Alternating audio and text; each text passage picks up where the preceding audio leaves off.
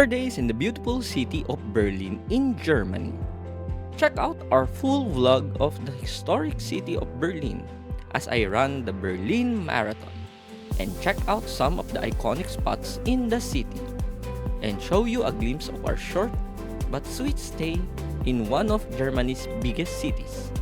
Let's get started.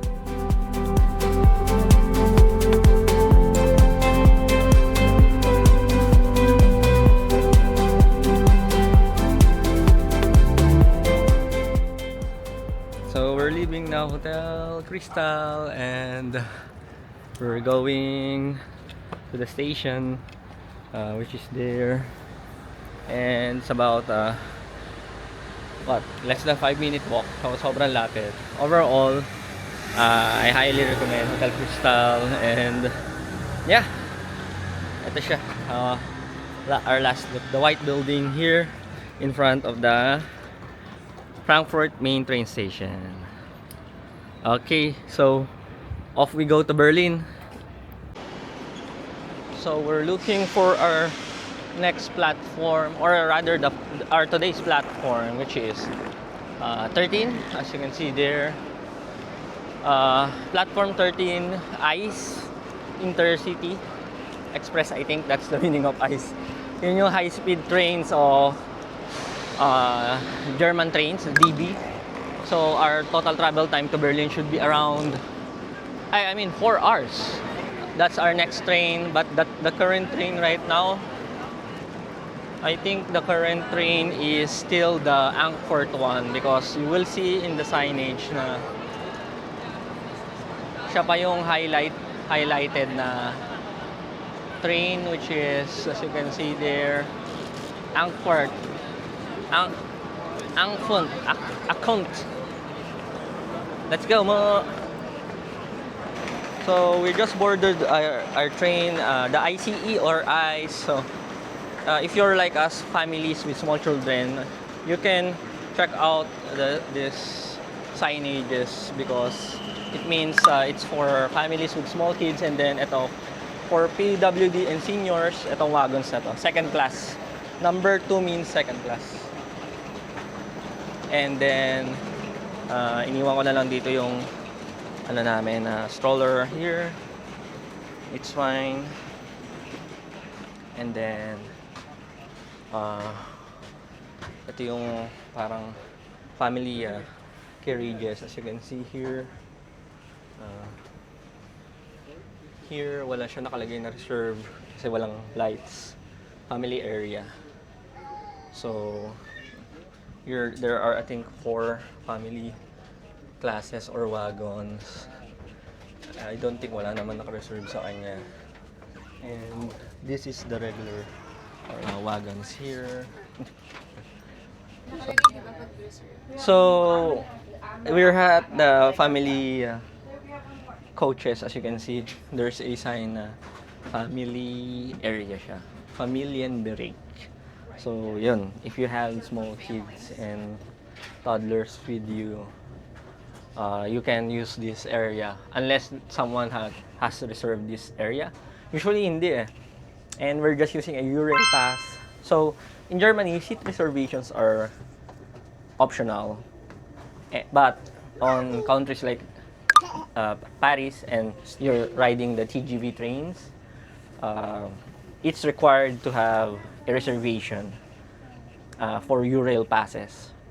So again, Eurail pass, it's just a ticket or app that allows you to board high-speed and regional trains for in all the Schengen countries. So it saves you the hassle of purchasing a ticket. One thing that we really love about the Eurail passes is that it's super flexible, because like right now we plan to take the 11:14 train, but napaaga kami, which is quite surprising because usually late kami. So we were able to catch the 11:02 train. So do I need to buy another ticket? Hindi na, because the Eurail pass covers all the trains. You just need to make sure that in your app, this Eurail pass app, You add the train journey, which is the 1102.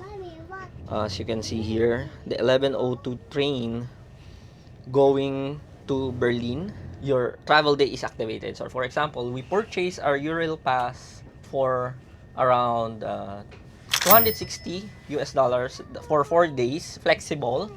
4 days flexible, meaning you can use it today, you can use it on another day, as long as one day is counted as one travel day. So we can take any trains here.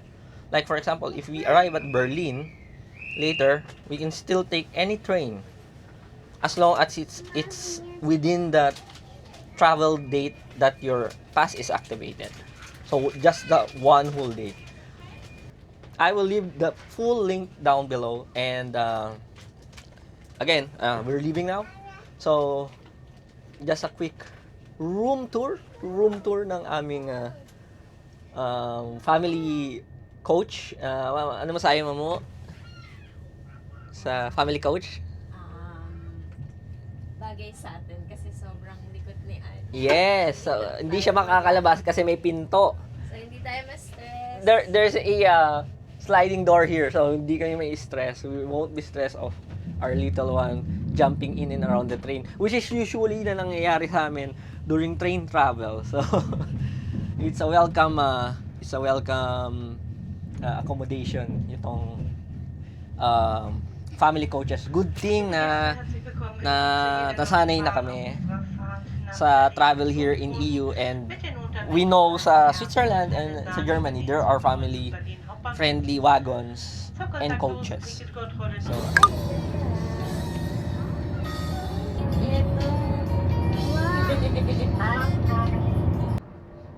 So I bought some coffee and a cola at the train restaurant. So yeah, there are train restaurants here, not just in Germany, but in Switzerland meron din with SBB. So here sa DB, it's generally located in the middle of the trains, so in the middle carriages.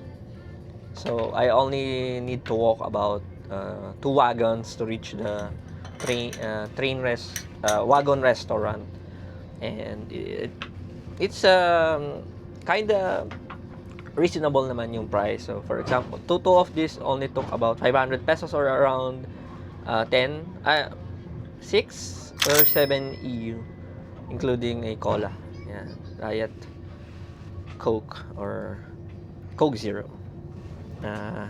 Currently I have my laptop, can work well because there is a Wi-Fi on board as long as you're not in a tunnel.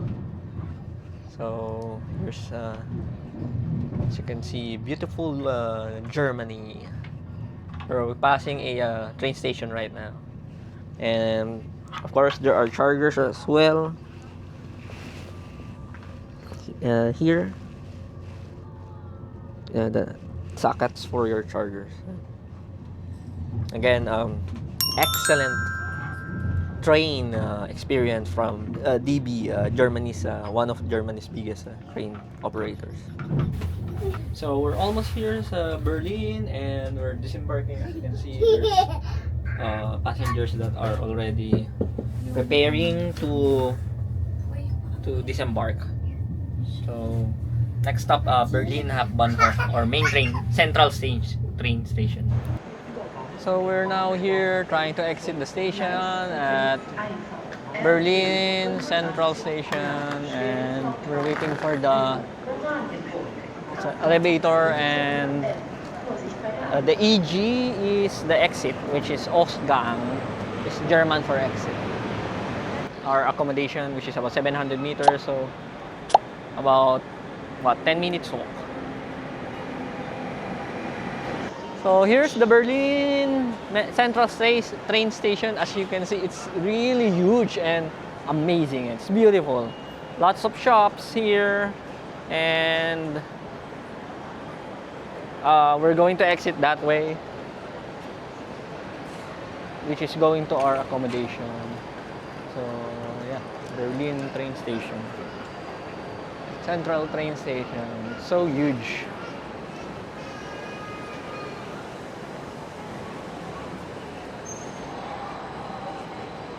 Let's go, Anya!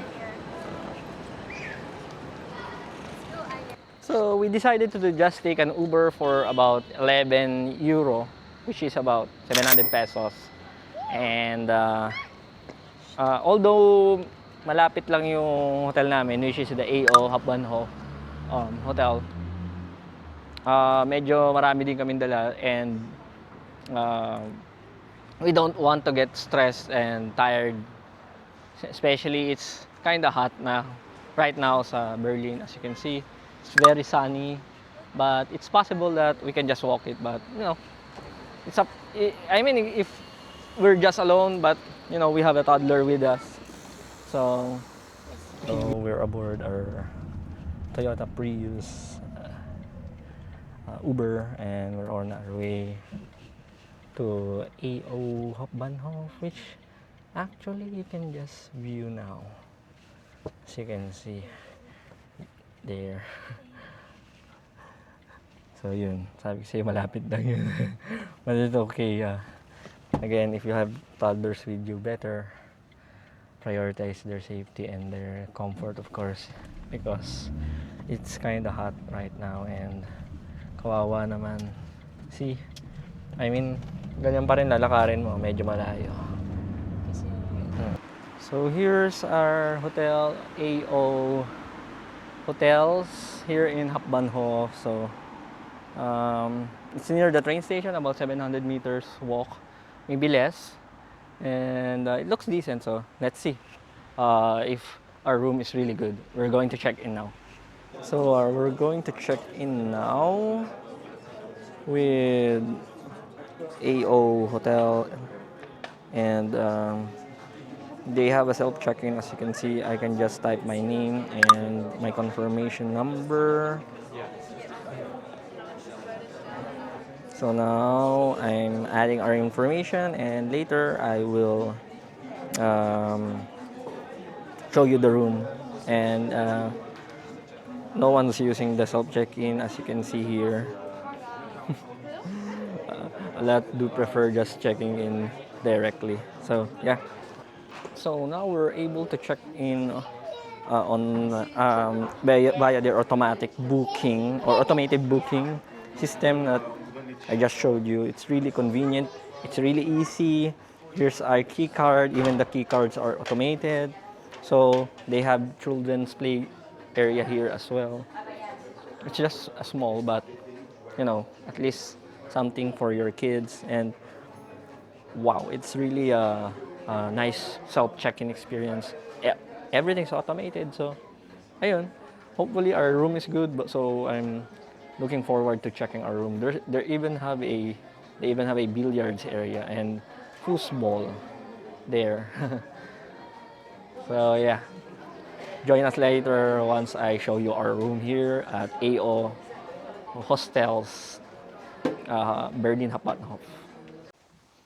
So, quick room tour tayo, to room 232. And as you can see, nasa middle kami ng hallway. And let's see. So, medyo mahal yung room since it's a Berlin Marathon week. So, it's spacious, it's comfy, malinis. And let's check out the bathroom here.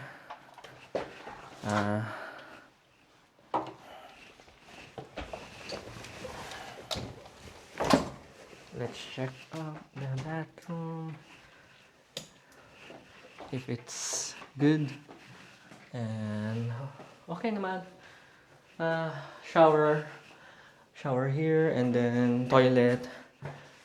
Sufficient enough, I would say, but clean. So that's your toilet. They have hand wash, but I don't think. Ayan, may body wash. And meron ditong ayan, mirror with where you can place your items. Then a TV. So in compared to Switzerland, standard yung televisions here at Germany, and nice clean beds, and then spacious window. So yeah, really good. So about 700 meters away from the main train station. So if you're looking for a really good and budget accommodation here at Berlin, AO Hostels Hauptbanhof. So this is a room with a private bathroom.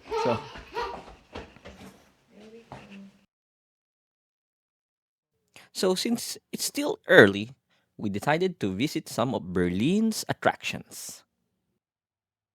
So we purchased a all-day ticket for my wife, and then me, I have a 3-day free ticket from the Berlin Marathon.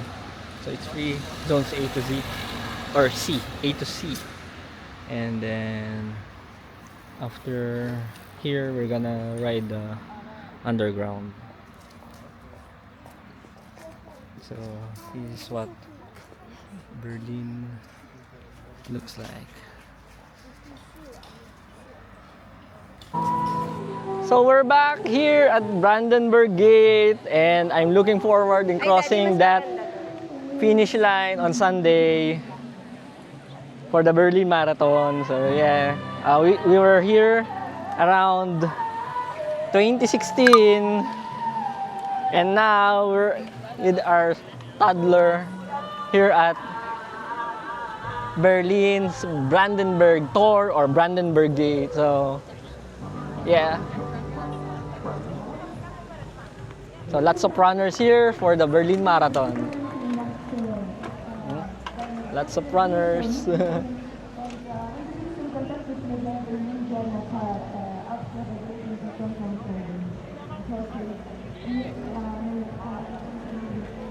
So now we're here at Reichstag, which is about 200 meters away from the Brandenburg Gate. And this is the site of one of the bloodiest battle of World War II. I'm a bit of a World War II nut, if you can call me that. So I'm kind of aware of the events during World War II. So one of the bloodiest battle was done here, and it marked the end of World War II between the Allies and the German or Nazis, or the Axis power, you can call it that. It took several hours for the Soviet army to take the Reichstag Building because the battle was so brutal that it was door to door, floor by floor before they were able to raise the flag up there. And the whole building was totally decimated, of course, and this was just renovated. So yeah. So yun yung events ng World War II. Dito natapos. It ended here. And it marked the end for the Nazi dictatorship. Although Hitler was already dead about a few days ago.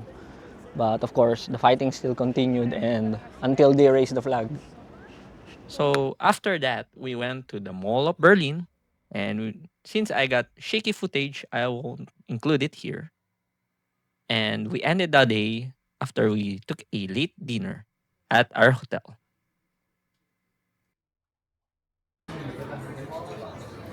So we're eating here at the Food Central or food court. Here, Berlin Hauptbahnhof before we go to Messe Berlin for race claiming of the Berlin Marathon.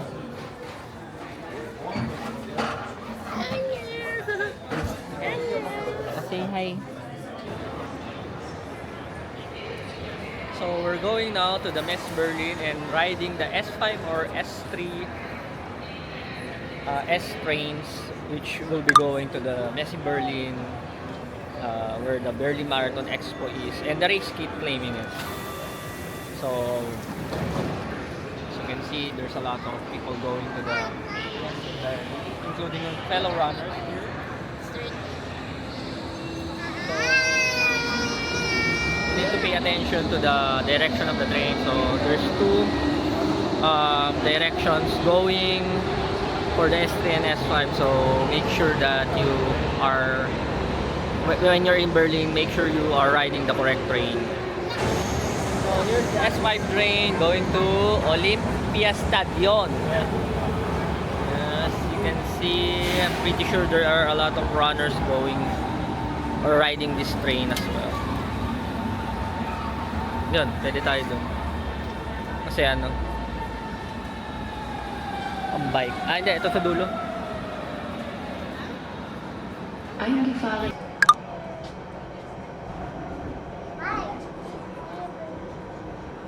Buti happy to ngayon. So now we arrive at Messe Station and we're now going to the Messe Berlin to claim my Berlin Marathon race kit.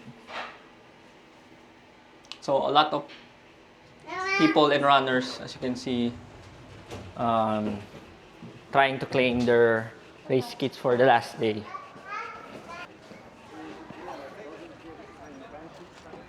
Hello. Thank you.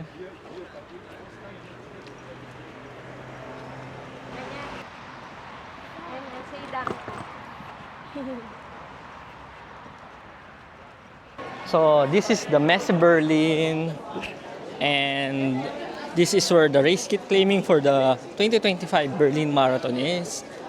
I think based on feedback, the 2024 one isn't a good location.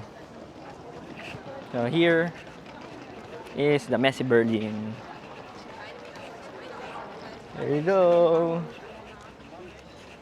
So one of the biggest marathons in the world definitely is Berlin Marathon. So not sure who is the biggest one with the most participants, but for a major, I think they're one of the biggest, if not the biggest major. In case you want to view the full Berlin Marathon 2025 Expo experience, you can view the full Berlin Marathon Expo video on my second channel, which is running related. I will link the video in the description. So here it is, the Messe Berlin Expo. And now we're trying to find yung area where I can claim my my race kit, which includes the race bib that I need to acquire for tomorrow's marathon. As you can see, it's really huge. No wonder they picked this location.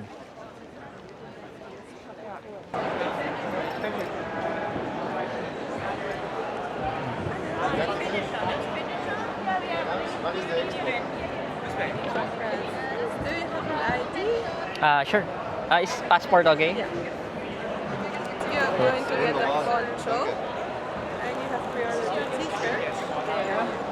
Okay. Thank you.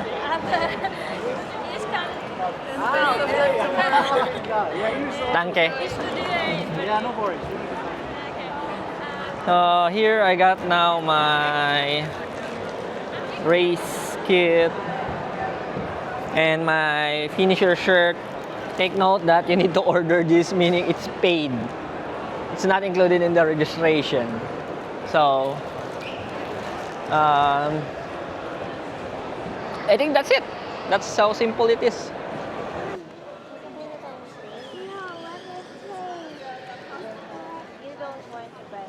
So that's the Berlin Marathon Expo for you. So there's a lot of brands there, including 361, which is a Chinese running shoe brand. It's amazing as well. I'm using the X-Step tomorrow for the Berlin Marathon. X-Step 160X 6.0, and yeah, see you at the starting line. Sige, diretso na. So, we're on our way to Charlottenburg Palace, which is near the Marathon Expo. We decided to just take a Segway and visit it since it's about 10 minutes train ride, and it's a hot sunny day. So imagine tomorrow if this is going to be the weather in the Berlin Marathon. It's going to be hard for non-Asian or non-tropical countries participants. Di tulad natin Pinoy, sanay na tayo sa mainit. But other countries might not be, so it's going to be hot. So this is the Schlossgarten. Sige lang. Nakalagay. It's closed today for severe weather. Mainit. So actually, this is the museum. So I think the palace is still there. So we can go here. This is the museum, and I'm pretty sure it has payment here. So we'll go to the actual palace itself. Ma!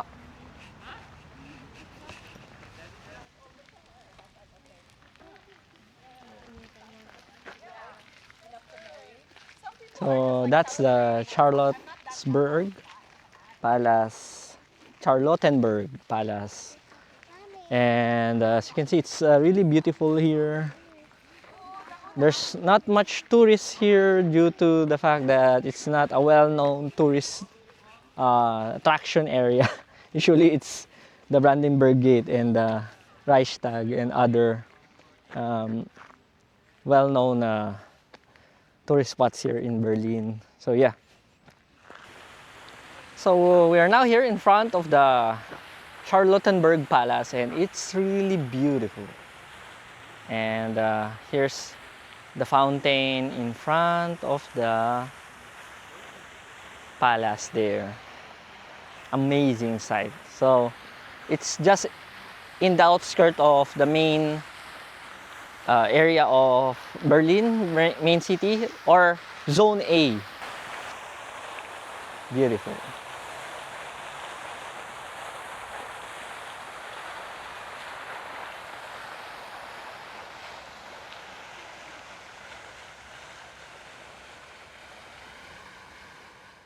I highly recommend visiting Charlottenburg Palace and the garden whenever you're in Berlin. It's within the city center and a very beautiful area. We headed back to our accommodation and called it a day so I could prepare for tomorrow's Berlin Marathon.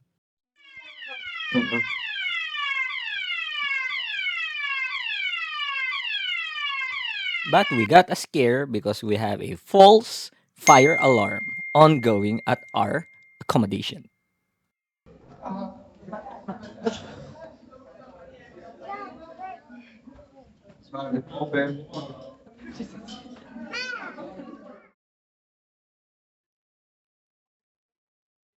Our third day in Berlin, which is dedicated to the Berlin Marathon. It was a hot and sunny day, so running the marathon was a challenge. I will leave a link in the description to my second running channel for the full Berlin Marathon 2025 experience. But I will give you some clips of the marathon. So, I think I need to wait about 1 hour and 30 minutes. Yung wave namin, which is F, and mind you, it's the sub 4 category. I think ENF is the sub 4 category.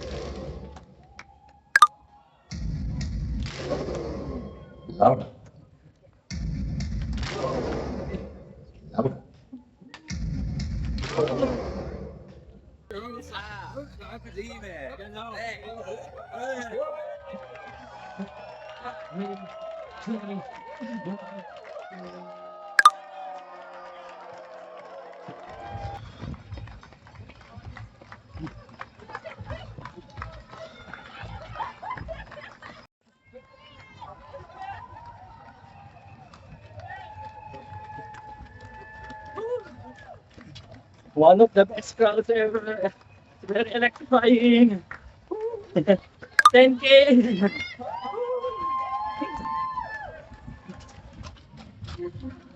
18K. 24K to go. 99K. That's 13K. Come on. Let's do this.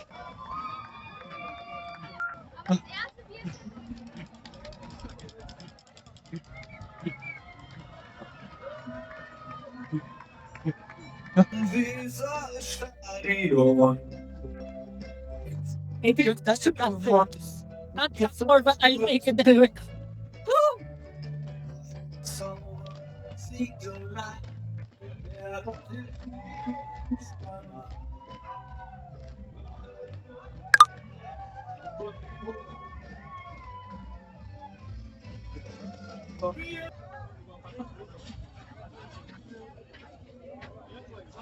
Danke.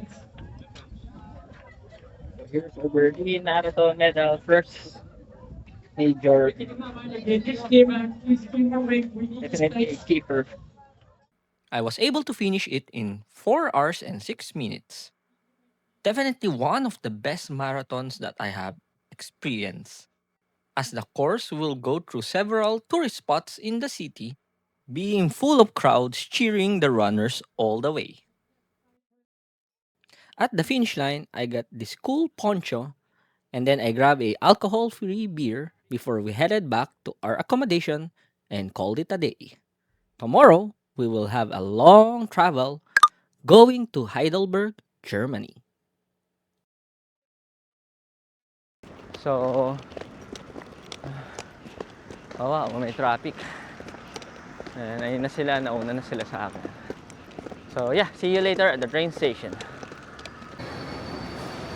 So we're now here at Berlin Hauptbanhof, or Central Train Station, and we're going to ride the ICE train going to Heidelberg. So Mannheim first, and then Heidelberg, and then